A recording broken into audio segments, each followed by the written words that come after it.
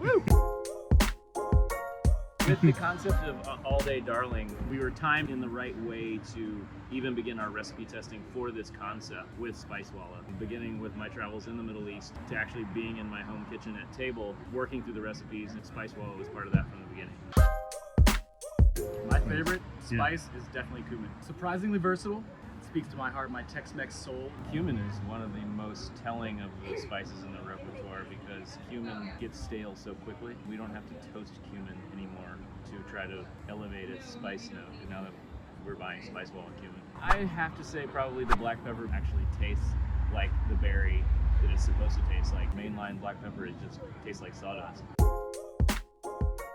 My uncle is so into silly health trends. He's the kind of guy that swishels coconut oil and turmeric around in his mouth for half an hour when he first wakes up. I was watching him do that one morning and I was like, you know what? I should make the granola that way.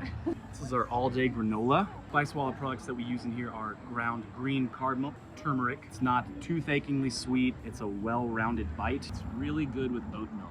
It would be really good with oat milk. I-5 coffee shop, and the SPICEWALLA team blended the SPICEWALLA chai.